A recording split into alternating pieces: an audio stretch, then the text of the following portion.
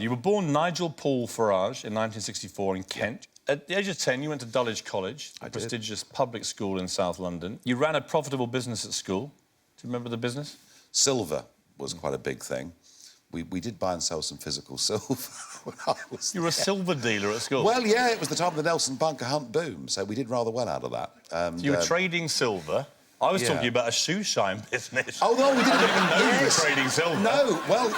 No, it seemed to me that some of the younger lads were keen to make some money, and here was a way that I could sort of advertise the services and make a little cut in the middle. Did you do any of the shining yourself? Or? Good Lord, no, it was ridiculous. It's been said that some of your teachers wrote a letter to the headmaster objecting to you being made a prefect in the sixth form because of your political views. Some of them alleged that you were a fascist. Oh, yeah. Another one said that on one occasion they'd heard you singing a Hitler Youth song. I mean, that was just ludicrous. Not true? No, that's absolute cobblers. Can you remember the final words of your former teacher, David Ems, on your last report? Yeah, he was the headmaster. Yeah, he did say that the school would miss me. He said life at the school will not be the same without him. Yes. It's not quite the same as missing you. A slight bit of Farage spin there. Do you know, I think if you're a little unconventional in your approach to life and the way you go about things, you need some backers. You need some people who say, actually, this guy's got some great qualities. And yeah, he was one of the first people that, you know, when I was a teenager, thought I had what it took. And when I rang him, he advised me that he would be voting to leave in the referendum. I was very pleased. That must have been I was very pleased. That must have been a great moment for you, actually. Yeah, that meant a lot to me. How difficult is it to be married to Nigel Farage? I just think very difficult. I just think before I was in politics, it was pretty tricky. But, yeah, very difficult. I mean, you know, what this job... I mean, it's all right, isn't it? I can take the abuse. It doesn't really bother me. But it has had an effect on everybody around me. So there's the nasty side of it.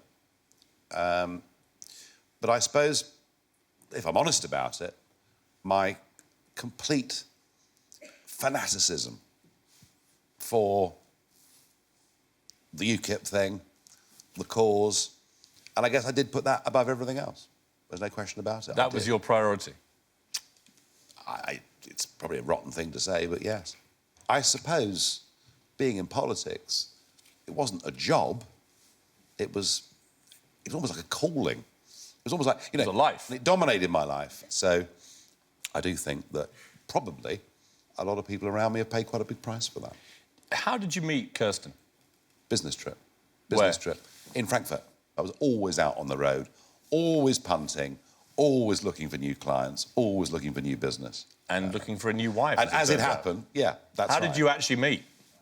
I walked into a trading room, and in fact, yeah, myself and the fella I was with, we weren't feeling at our best. It was 8, 9 o'clock in the morning in Frankfurt, and we'd flown in the night before. You'd been on the lash with your mate. we were You stumble hungover into a trading room. That sort of thing, yeah. And there is your next wife. And then we went out for lunch and dinner, and there you are. So, and it all happened. Well, hang on, how did that happen? She was a bilingual Bund broker. How about that? So a bilingual Bund broker? Yeah, German Bunds, you know, German government bonds, and so you have a German telephone in one ear and an English telephone... And you all go out for lunch? ...in the other ear, and that's how we met. And that becomes dinner? It sort of roll on through. How long did it roll on? Oh, I don't know. And what kind of rolling did it end up being? 2, 3 in the morning, I'll believe it at that. 2 or 3 in the morning? Yeah, something like that. Really? Yeah. Where did it end, that first? In Frankfurt. Obviously, you're English, she's German. When England played Germany at football... Oh, that must be quite a tense day in the Farage household. No, she's got a whole load of German flags. Really? Yeah, oh, yeah. What, they all come out? Out of the windows and all that, yeah.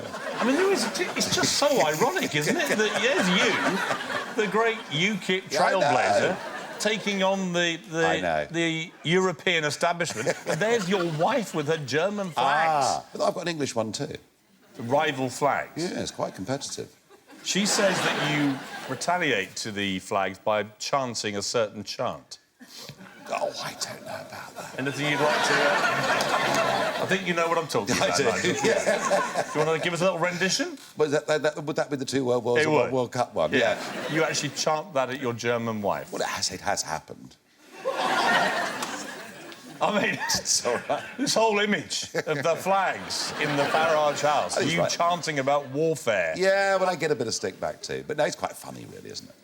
There have been rumours about your marriage raging around. You've got a home in town. Would you describe the marriage as on the rocks? No, I describe it as being a bit like most others, really.